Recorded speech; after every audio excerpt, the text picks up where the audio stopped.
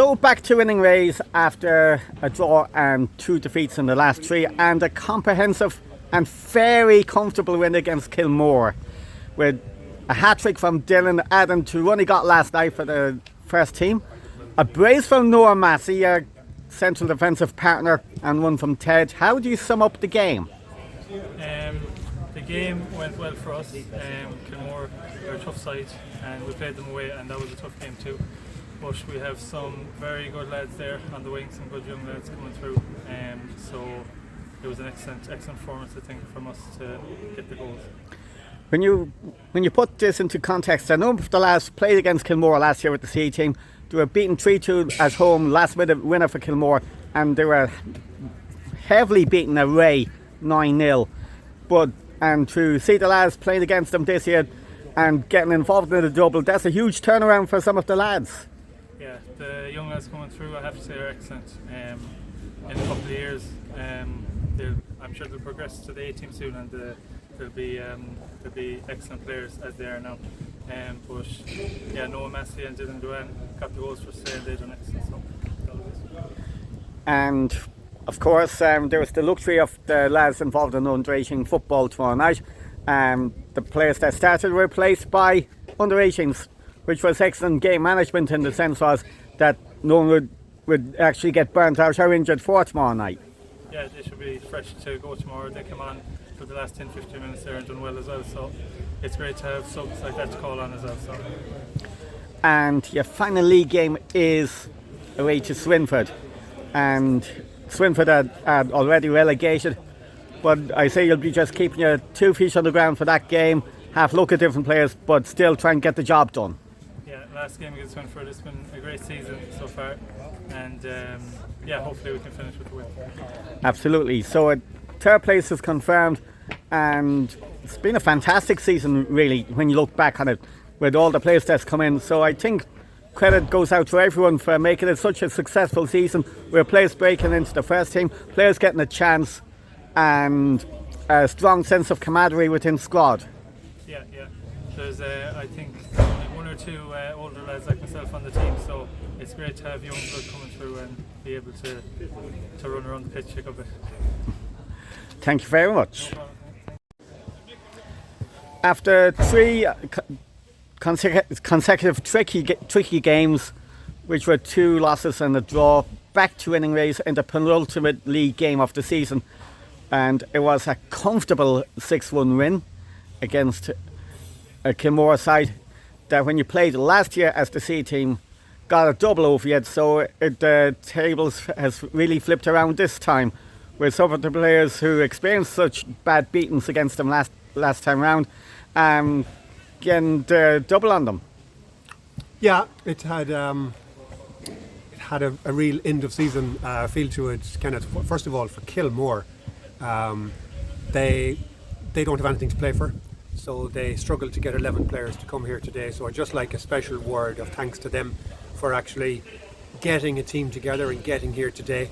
A lot of teams would have conceded, but they didn't, so they deserve great credit for that. So I'd just like to say thanks to them, and I wouldn't expect any less, because they're a really good club. For us, I was a little bit disappointed because we dropped off in terms of intensity, and it was a game where we could have kind of really stamped our authority and scored quite a number of goals, and we didn't. We kind of treated it as a training game, and the intensity and the speed of everything we were doing was just a little bit slow, and that can happen. You can see why it can happen, because you're playing against a team that doesn't have anything to play for and maybe hadn't their first 11 here. So a little bit of disappointment that we didn't treat the game as seriously as we could, but on the plus side, as you say, we did the double over Kilmore, back to winning ways, and probably secured now that 3rd place in the league, which, when you think of it, an entirely new team from the beginning of the season, the team being so young, to finish 3rd in the Premier League is a very decent return. And when you look at the fact that they couldn't get promoted, outside of winning the division and outside of promotion, that is the best possible finish that side can get. realistically. Yeah, well, we wanted to win it. Yeah. Make no doubts about that. We were in the winning position, and I think a little bit of tiredness got to us because so many of our players are under 21 and under 18. You see there today we rested all the under 18 players because there's a game tomorrow.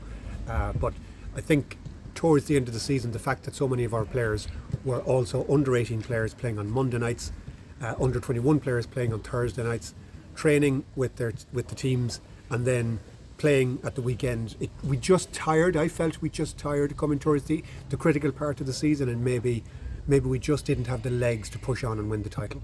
But can't speak highly enough of the players. So proud of them, how they've stood up and they've played the adult game. It was really, really good. The goals today, 6 of them from our side. Dylan Dran's got a hat-trick to add to the one he got last night in Ballyheane, so that's 4 goals from this weekend. So when it was on 2, I said technically he got a hat-trick for the weekend as opposed to the game, but the second goal was special from Dylan, the volley. Oh yeah, and just a special word for Dylan. His attitude in the game was spot on. He carried the fight and the intensity to Kilmore for the entire game. It was really, really top quality, and he set a great standard. His goals were really good, and the second one, as you say, was spectacular. Had to adjust his body, came into the ball just a little bit late, had to adjust his body, got up high, and with the inside of his foot, volley into the top corner. It was a spectacular finish. And Noah Massey for centre half. You don't see centre halves chipping with 2 goals too often in the game, but Noah Massey was there at the right place at the right time. Yeah, and Noah's positioning in the opposition box is very good because he has that innate ability just to read the game, and he has had many headers and he has scored goals for us before. But his positioning in the box is really good, and I'm not surprised he scored 2 goals. And Ted, not the first time we've seen him score this season. Your top scorer for the team chipped in with 1 again today. Yeah, that was his 20th of the season. Could have scored another couple this evening or today, but that was his 20th goal of the season, which is a good return in all competitions. So he'll be happy with that. I think he's level top of the goal scoring chart, so he's 1 game to see if he can finish that out. But I did say during the stream after 1 chance that didn't go the right side of the post or into the back of the net. I just said at the time, we'll park that one. Yeah. I know he does. God, how many times did we kick the ball into the keeper's hands today? There must have been 15 instances where we had a shot and it ended up just in the keeper's hands. It was just an unusual game, Kenneth. It was end of season, and it had that end of season kind of feel. It was almost like a challenge game. So your final league game away to Swinford. Swinford already relegated. I'd say it'll be a chance for you to have a look at different players again, give them a little bit of time and see how they can adjust and still at the same time hopefully get maximum points. Yeah, you can see there today we got James McNamara played a full game, Evan Ralph played a lot of the game, John Murphy came back from injury and played a lot of the game. We got Aaron O'Toole in to play where he likes to play in the middle of the park. So we achieved, we got a lot of out of the players that wanted to play in certain positions today, and we'll do the same again next week in Swinford. Try and make sure that we have a good balance between getting game time for players and trying to progress players.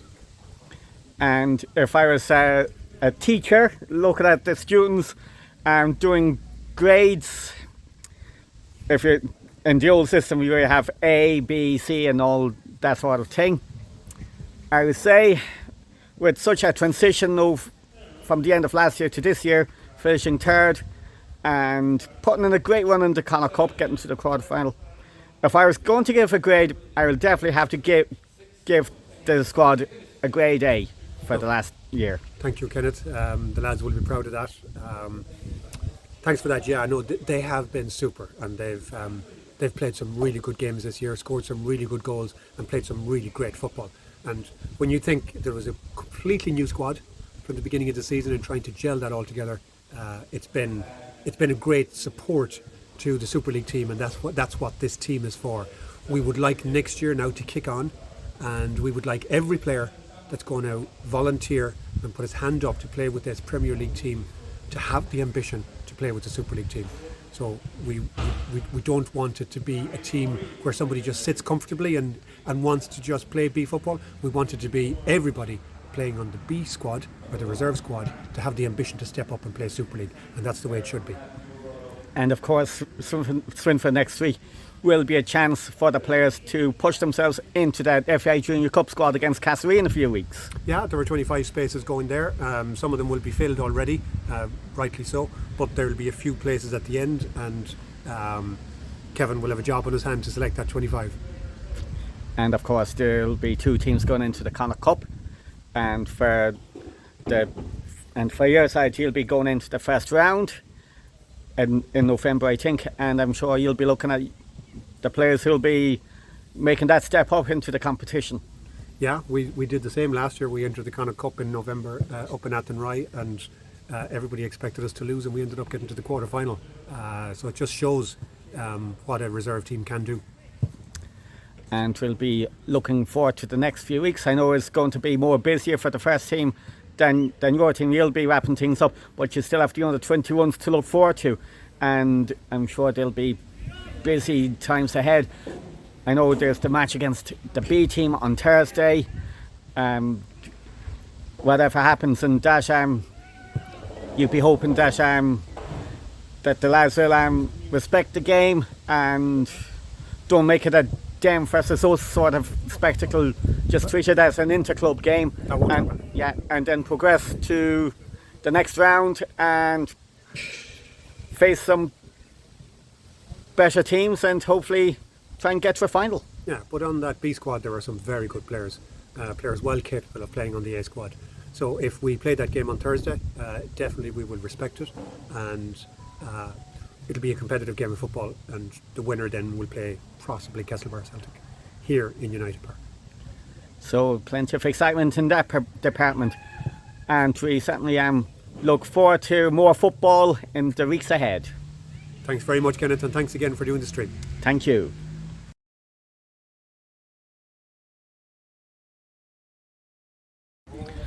First things first, welcome back to the club. Thank you very much. And back onto the first team. I know you had a couple of games with the B team to get your fitness and all that back to square one again, but came back, scored tonight, a draw here. I know the last couple of games here weren't the best results in the world, but how do you sum up that 90 minutes? I think it was a very good 90 minutes from both teams. You know, both teams were very competitive, and it was an end-same game. I think one was a fair result, and I think end to end, and just a really good game from both teams. And when you look at it, really, both defences did really well. Yeah, there wasn't many chances given up by either teams, so it was a competitive game. Very few chances for either team, but it was a good game. And Westport, to be fair, finished the game strong enough and got a couple of half chances, kind of been unlucky maybe not to have sneaked one at the end. Yeah, most definitely. We created, especially in the second half, we got a little bit more direct, and we created a lot of chances. And I feel like we were unlucky to not score in the second half, but you know, that happens, and we just got to keep going and keep trying. And of course, tonight with a debutant coming on in the second half, Damien Boyle, and he got a couple of shots in, and he showed a couple of glimpses why he got signed. Yeah, exactly. He looks like a very promising player, and I think he shows today why he plays for this club. So, brilliant from him today. So, 2 games left in the division, away to Glenhest and home to Manola. So if we win both games, and if Ballyheane drops points in the last 2, Westport could go third. So it will be an interesting couple of weeks, but on the basis of tonight's performance, when you look at the last couple of years, we're really progressing in the right direction. Yeah, we take it game by game, and then at the end of the league we'll focus on where we finish, and then we'll reflect on that for next year, and we'll just try and improve on it. Of course, and then the FA Junior Cup, I'm sure you're probably aware of the draw home to Castlereagh Celtic, and that'll be a huge game for everyone to look forward to, and even for the management who had connections with that club. So I'm sure there'll be plenty of banter going on that day. Whatever what happens goes on the pitch. We can't wait for it. We can't wait to play that game.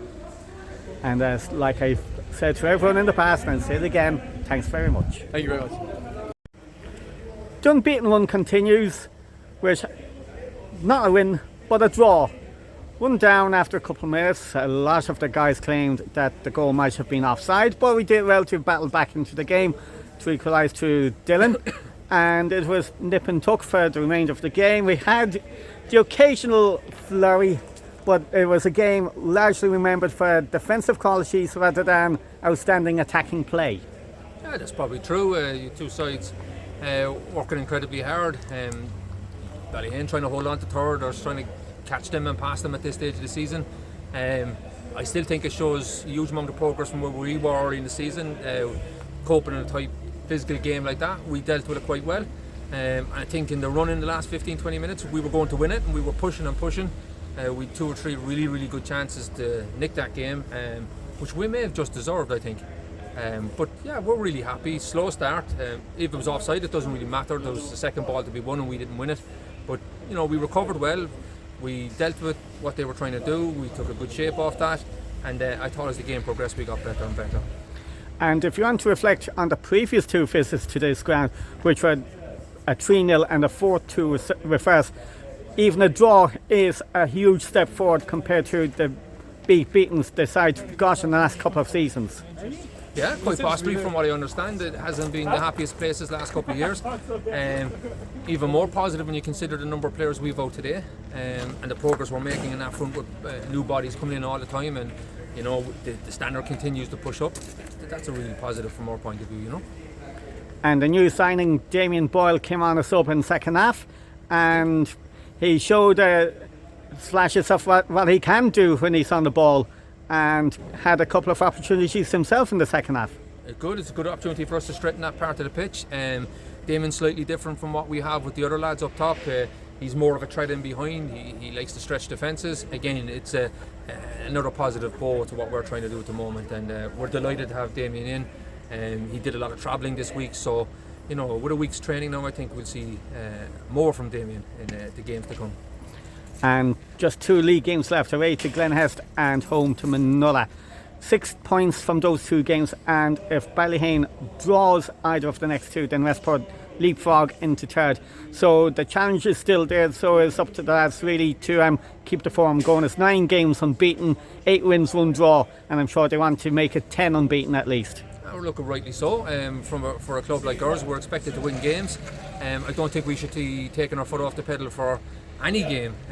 September is a huge month for us with the FAI Junior Cup, the Ballyheane Cup final, pushing to try to get third in the league, trying to bring players through. It's a huge amount of football for us to play, so it would be a mistake for our players to step back now, because you could lose your place in that team and be many weeks trying to get back in, and I don't think anybody wants to sit on the bench and wait for game time.